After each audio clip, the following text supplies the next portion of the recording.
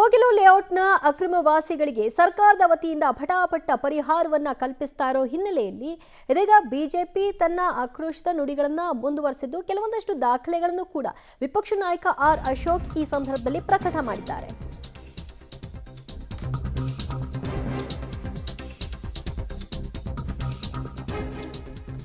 Kogilu layout ಅಕ್ರಮವಾಸಿಗಳಿಗೆ ಸರ್ಕಾರ ಫಟಾಫಟ್ ಪರಿಹಾರವನ್ನ ಕಲ್ಪಿಸ್ತಾ ಇರೋ ಹಿನ್ನೆಲೆಯಲ್ಲಿ ಅಕ್ರಮ ನಿವಾಸಿಗಳಿಗೆ ವಸತಿ ಭಾಗ್ಯಕ್ಕೆ ಬಿಜೆಪಿ ಆಕ್ಷೇಪವನ್ನ ಮುಂದುವರೆಸಿದ್ದು ದಾಖಲೆ ಸಮೇತ ಸರ್ಕಾರದ ವಿರುದ್ಧ ಆರ್ ಅಶೋಕ್ ಕಿಡಿಕಾರಿದ್ದಾರೆ. 20 ವರ್ಷದಿಂದ ಜನ ಇಲ್ಲಿಯೇ ವಾಸವಾಗಿದ್ದಾರೆ ಅಂತ ಹೇಳ್ತಾ ಇದ್ದಾರೆ. ಆದರೆ 2020ರ ಗೂಗಲ್ ಮ್ಯಾಪ್ನ ಪ್ರಕಾರವಾಗಿ 14 ಎಕರೆ ಖಾಲಿ ಇತ್ತು, ಕ್ವಾರಿ ಇತ್ತು, ನೀರು ತುಂಬಿಕೊಂಡಿತ್ತು, ಮನೆಗಳೇ ಇರಲಿಲ್ಲ. ಆದರೆ ನೀರು ತುಂಬಿದ ಜಾಗದಲ್ಲಿ ಮಣ್ಣನ್ನು ತುಂಬಿ ಮನೆಗಳನ್ನ ಕಟ್ಟಿದ್ದಾರೆ. 6 ತಿಂಗಳ ಹಿಂದೆ ಗೂಗಲ್ ಮ್ಯಾಪ್ ಅನ್ನ ಹೊರತೆಗೆದಾಗ ಅಲ್ಲಿ ಮನೆಗಳು ಇರಲಿಲ್ಲ, ಆ ನಂತರ ಮನೆಗಳು ಬಂದದ್ದು ಅನ್ನೋದು ಗೊತ್ತಾಗುತ್ತೆ ಅಂತ ಆ ಗೂಗಲ್ ಮ್ಯಾಪ್ನ ಒಂದಿಷ್ಟು ಫೋಟೋಗಳನ್ನು ಕೂಡ ತೋರಿಸ್ತಾ ಇದ್ದಾರೆ ಅಶೋಕ್ ಅವರು.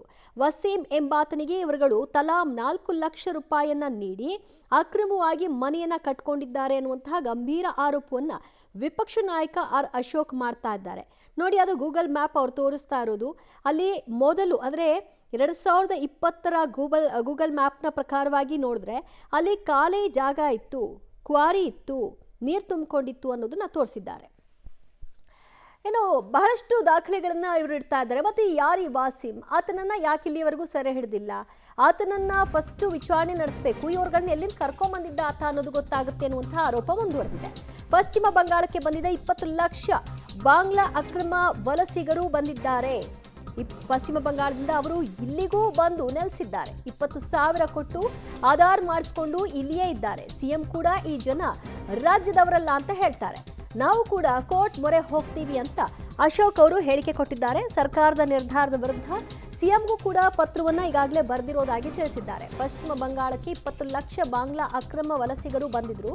ಪಶ್ಚಿಮ ಬಂಗಾಳದಿಂದ ಅವರು ಇಲ್ಲಿಗೂ ಕೂಡ ಬಂದಿರುವ ಸಾಧ್ಯತೆ ಇದೆ. ಫಸ್ಟ್ ಇವ್ರುಗಳು ಯಾರು, ಎಲ್ಲಿ ಅವರು, ಎಲ್ಲಿಂದ ಬಂದಿರೋದು ಅದನ್ನ ಖಾತ್ರಿಪಡಿಸ್ಕೊಳ್ಳಿ, ಆ ನಂತರ ನಿಮ್ಮ ಪರಿಹಾರದ ಆತುರತೆಯನ್ನ ತೋರುವರಂತೆ ಅಂತ ಕೆಲವೊಂದಷ್ಟು ದಾಖಲೆಗಳ ಸಮೇತ ಮುಖ್ಯಮಂತ್ರಿಗಳಿಗೂ ಕೂಡ ಇದನ್ನ ಮನವರಿಕೆ ಮಾಡುವಂತಹ ಪ್ರಯತ್ನವನ್ನ ಅಶೋಕ್ ಅವರು ಮುಂದುವರೆಸಿದ್ದಾರೆ. 38 ಗುಂಟೆ ಅಲಾಟ್ ಆಗಿರೋದು ಇದು.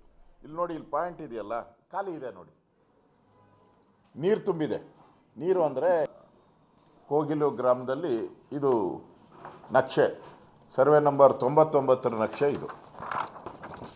ಇದು ಪೂರ್ತಿ ಇದು ಸರ್ವೆ ನಂಬರ್, ಇದೆಲ್ಲ ಪೂರ್ತಿ 99, ಇವೆಲ್ಲನೂ ಪೂರ್ತಿ 99 ಸರ್ವೆ ನಂಬರು. ಅದರಲ್ಲಿ 14 ಎಕರೆ 38 ಗುಂಟೆ ಇದೇನು ಮೊದಲು ಫಸ್ಟ್ ಕೊಟ್ಟಿದ್ದು 5 ಎಕರೆ, ಅದಾದಮೇಲೆ 9 ಎಕರೆ 38 ಗುಂಟೆ ಇದು ಇವೆರಡು ಕೊಟ್ಟಿದ್ದು. ಇವೆರಡು ಉಳಿದ ಜಮೀನು ವಿಲೇವಾರಿ ಆಗಿದೆ, ಹಿಂದೆನೇ ವಿಲೇವಾರಿ ಮಾಡಿದ್ದಾರೆ. ಇದು ಕಲ್ಲು ಬಂಡೆ. ಹಿಂದೆ ಸರ್ಕಾರ ಇದನ್ನು ಲೀಸ್ ಕೊಟ್ಟಿತ್ತು, ಯಾರೋ ಪ್ರೈವೇಟ್ ವ್ಯಕ್ತಿಗೆ ಲೀಸ್ ಕೊಟ್ಟಿದ್ದು ಬಂಡೆ ಹೊಡ್ಕೊಳ್ಳೋಕ್ಕೆ. ಅವರು ಬಂಡೆ ಹೊಡ್ಕೊಂಡಾದ್ಮೇಲೆ ಇದು ಹಳ್ಳ ಆಯಿತು, ಕಲ್ಲು ಕ್ವಾರಿ ಆಯಿತು. ಆ ಕಲ್ಲು ಕ್ವಾರಿಯಲ್ಲಿ ಇದನ್ನು ಘನತ್ಯಾಜ್ಯ ವಿಲೇವಾರಿಗೆ ಬೆಂಗಳೂರಿಗೆ ಹತ್ತಿರ ಇದೆ ಅಂಥೇಳಿ ಕಾರ್ಪೊರೇಷನ್ಗೆ ರಿಕ್ವೆಸ್ಟ್ ಮೇಲೆ ಇದನ್ನು ಕೊಟ್ಟಿದ್ದಾರೆ. ಕಾರ್ಪೊರೇಷನ್ನ ರಿಕ್ವೆಸ್ಟು ಅದೇಲಪ್ಪ ಇಲ್ಲಿದೆ, ಕೊಡ್ತೀನಿ ಅದನ್ನು ರಿಕ್ವೆಸ್ಟ್ ಮೇಲೆ ಕೊಟ್ಟಿದ್ದಾರೆ. ಇದು ಮ್ಯಾಪ್, ಪ್ಯೂರ್ಲಿ ಸರ್ಕಾರಿ ಜಮೀನು. ಈಗ ರೀಸೆಂಟ್ ತೆಗೆದಿರೋದು. ಹಾಂ, 4 ಲಕ್ಷ, 4ರಿಂದ 4 ಲಕ್ಷ 5 ಲಕ್ಷ ಹಂಗೆಲ್ಲ ಇಸ್ಕೊಂಡಿದ್ದಾರೆ. ಹಾಂ, ಅಲ್ಲಿ 20,000 ಕೊಟ್ಟು ಆಧಾರ್ ಮಾಡಿಸ್ಕೊಂಡು ಬಂದವರಲ್ಲ, ಇರೋದೇ ಕೊಟ್ಟಿರೋದು. ಒನ್ ಟೈಮ್ ಕೊಟ್ಟಿದ್ದಾರೆ ಅಂತಲ್ಲ, 2 ಲಕ್ಷ ಅಡ್ವಾನ್ಸ್ ಕೊಟ್ಟಿರ್ತಾರೆ, ಅಗ್ರಿಮೆಂಟ್ ಮಾಡಿಕೊಟ್ಟಿರ್ತಾನೆ, ಇನ್ನು 2 ಲಕ್ಷ ಆಮೇಲೆ ಕೊಟ್ಟಿರ್ತಾನೆ, 1 ಲಕ್ಷ 2 ಲಕ್ಷ ಹಂಗೆ, ಆಮೇಲೆ GPA ಮಾಡಿಕೊಟ್ಟಿರ್ತಾನೆ. ಅಂದರೆ ಕಾಂಗ್ರೆಸ್ ಪ್ರಾಯೋಜಿತ ಅಕ್ರಮ ಮನೆಗಳನ್ನು ನಿರ್ಮಾಣ. ನಮ್ಮ ಈ ಕೃಷ್ಣ ಬೈರೇಗೌಡರು ಇಡೀ ರಾಜ್ಯದಲ್ಲಿ ನಿರ್ದಾಕ್ಷಿಣ್ಯವಾಗಿ ಅಕ್ರಮಗಳ ತೆರವು. ಕಾಂಗ್ರೆಸ್ ಸರ್ಕಾರ ವಿಧಾನಸಭೆಯಲ್ಲಿ ಯಾವುದೇ ಮುಲಾಜಿಲ್ಲದೆ ನಾವು ತೆರವುಗಳನ್ನು ಮಾಡ್ತೀರಿ ಅಂತಂದರು. ಇದು ಕಾರ್ಪೊರೇಷನ್ ಗಾರ್ಬೇಜ್ ರಸ್ತೆಯಲ್ಲಿ ಬೆಂಗಳೂರಿನ ಯಾವ ಹೈವೇ ನೋಡು, ರಸ್ತೆ ನೋಡು, ಎಲ್ಲ ಕಡೆ ಗಾರ್ಬೇಜ್ ಬಿದ್ದಿದೆ. ಈ ಗಾರ್ಬೇಜ್ ಹಾಕೋ ಜಾಗದಲ್ಲಿ ಕಾಂಗ್ರೆಸ್ ಅವ್ರು ಮನೆ ಕಟ್ಕೊಂಡಿದ್ದಾರೆ. ಇದೇನಾ ಸಿದ್ದರಾಮಯ್ಯನವರೇ ನಿಮ್ಮ ನೀತಿ? ಗಾರ್ಬೇಜು ಬೆಂಗಳೂರು ಒಳಗಡೆ ರಸ್ತೆಯಲ್ಲಿ ಗಾರ್ಬೇಜ್ ಎಲ್ಲಿ ಹಾಕಬೇಕೋ ಅಲ್ಲಿ ನಿಮ್ಮ ಮನೆಗಳು ಕಟ್ಕೊಂಡಿದ್ದೀರ. ಇದು ದಾಖಲೆ ಕೊಡ್ತಾ ಇದ್ದೀನಿ ನಾನು, ಇವೆರಡೂ ದಾಖಲೆಗಳು. ಇದನ್ನು ಕೂಡ ಇಲ್ಲಿ ದಾಖಲೆ ಅವ್ರಿಗೆ ಅಲಾಟ್ ಆಗಿದೆ. ಇವ್ರಿಗೆ ಕೋಗಿಲು ಗ್ರಾಮದ ಸರ್ವೆ ನಂಬರ್ 99ರಲ್ಲಿ 5 ಎಕರೆ ಜಾಗವನ್ನು ನೋಂದಿದಾರರಿಂದ ಸರ್ವೆ ಮಾಡಿಸಿ ಗಡಿ ಗುರುತಿಸಿಕೊಳ್ಳುವ ಬಗ್ಗೆ ತಹಸೀಲ್ದಾರ್ ಆರ್ಡರ್ ಮಾಡಿದ್ದಾರೆ. ಇದು ಪಕ್ಕಾ ದಾಖಲೆ. ಅದಾದಮೇಲೆ ಇಲ್ಲಿ 9 ಎಕರೆದು ಇದೆ, ಕೊಡ್ತೀನಿ, ಅದೆಲ್ಲ ನಿಮ್ಗೆ ಕೊಟ್ಬಿಡ್ತೀನಿ. 9 ಎಕರೆ 38 ಗುಂಟೆನ ಆಯುಕ್ತರು ಅವ್ರಿಗೆ ಹಸ್ತಾಂತರ ಮಾಡಿರೋ ಪ್ರತಿನೂ ಇದೆ ಇಲ್ಲಿ. ಹಸ್ತಾಂತರ ಅವ್ರಿಗೆ DC ಅವರು ಕಾರ್ಪೊರೇಷನ್ಗೆ ಹಸ್ತಾಂತರ ಮಾಡಿರೋ ಪ್ರತಿ ಇದು ಇಲ್ಲಿ. ಇಷ್ಟು ದಾಖಲೆ. ಇದು ಸರ್ಕಾರದ್ದು ಅನ್ನೋಕ್ಕೆ ಅವ್ರದ್ದಲ್ಲ ಅಂತಾರೆ, ಕಾಂಗ್ರೆಸ್ ಪಾರ್ಟಿದಲ್ಲ ಇದು. This is not A Congress party land. ಇದು ವಕ್ಫ್ ಬೋರ್ಡ್ದಲ್ಲ. ಒನ್ಸ್ ವಕ್ಫ್ ಬೋರ್ಡ್ ಆಲ್ವೇಸ್ ವಕ್ಫ್ ಬೋರ್ಡ್ ಆಯ್ತಲ್ಲ, ಚಳುವಳಿ ಅಲ್ಲ. ನಾನು ಅದನ್ನು ಹೇಳ್ತೀನಿ ಮುಂದೆ. ಇವಾಗೇನೋ ಜಮೀರ್ ಅಹಮದ್ ಕೊಟ್ಟವರಲ್ಲ, ವಕ್ಫ್ ಬೋರ್ಡ್ ಆಸ್ತಿ ಅಂತಂದರೆ ಏನು? ಅಲ್ಲಾನ ಆಸ್ತಿ ಅದು. ಅಲ್ಲಾನಿಗೆ ದಾನ ಕೊಟ್ಟಿದ್ದು, ಅದನ್ನು ದಾನ ಕೊಡ್ಬೋದು. ದಾನಕ್ಕೆ ಕೊಡಬೇಕು ಅಂತ ಬಡವರು ಯಾರ್ಯಾರು ಇದ್ದಾರೋ ಅವರಿಗೆ ನಿರ್ಗತಿಕರಿಗೆ ಮನೆ ಕಟ್ಕೊಡೋಕ್ಕೆ ಇರೋವಂಥದ್ದು ವಕ್ಫ್ ಬೋರ್ಡು ಆಸ್ತಿ.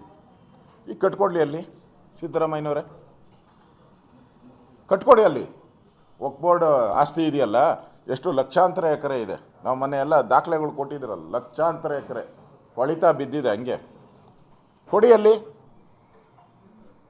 You know the value of this land, 650 crores, 650 ಕೋಟಿ ಬೆಲೆ ಬಾಳುವ ಜಮೀನು. 15 ಎಕರೆ ಜಮೀನು ಅಲ್ಲಿ ಸುಮಾರು 10,000 to 12,000 ರೂಪಾಯಿ ಸ್ಕ್ವೇರ್ ಫೀಟ್ ಓಡ್ತಾ ಇದೆ ಈಗ ಪ್ರೆಸೆಂಟ್. ಕೋಗಿಲು ನಿಮ್ಗೆ ಗೊತ್ತಿದೆ, ಕಾರ್ಪೊರೇಷನ್ ಒಳಗಡೆ ಇರೋವಂಥದ್ದು. ಇನ್ನು ಕಾರ್ಪೊರೇಷನ್ ಇನ್ನೂ ಭಾಳ ದೂರ ಇದೆ ಅದರಿಂದ ಆಚೆನೂ. 650 ಕೋಟಿ ಬೆಲೆ ಬಾಳುವಂಥ ಜಮೀನು, 650 ಕೋಟಿ ಬೆಲೆ ಬಾಳುವಂಥ ಜಮೀನನ್ನ ಇವನು ಯಾರೋ ಅವನು ವಕ್ರಂ ಪಾಷಾನ ಬೇಕನಪ್ಪ, ಏನಪ್ಪ ಇಬ್ಬರು ಕಂಡಿದ್ಯಾ?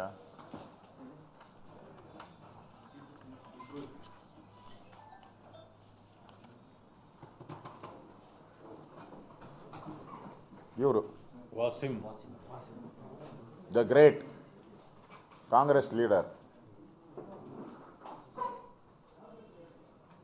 ಹೆಂಗಾಗ್ತಾನೆ ಏಜೆಂಟ್. ಇವರು ಕಾಂಗ್ರೆಸ್ ಪರವಾಗಿ ಅಲ್ಲಿ ಮನೆಗಳನ್ನ ಹಾಕ್ಸಿದ್ದಾರೆ. 650 ಕೋಟಿ ಗುಳುಂ. ಇವರು ಕಾಂಗ್ರೆಸ್ ಲೀಡರು.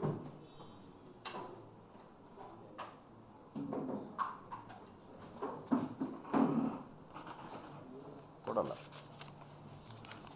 ಇಟ್ಕೊಳ್ಳಪ್ಪ, ಸರಿ, ಯಾವ ಗೊತ್ತಿದ್ದೀರ. ವಿಪಕ್ಷ ನಾಯಕ ಆರ್ ಅಶೋಕ್ ಸರ್ಕಾರ ತೆಗೆದುಕೊಂಡಿರುವಂತಹ ನಿರ್ಧಾರವನ್ನ ಖಂಡಿಸಿ ಕೆಲವೊಂದಷ್ಟು ದಾಖಲಾತಿಗಳ ಸಮೇತ ಇವತ್ತು ಸುದ್ದಿಗೋಷ್ಠಿಯನ್ನ ನಡೆಸಿದ್ದಾರೆ.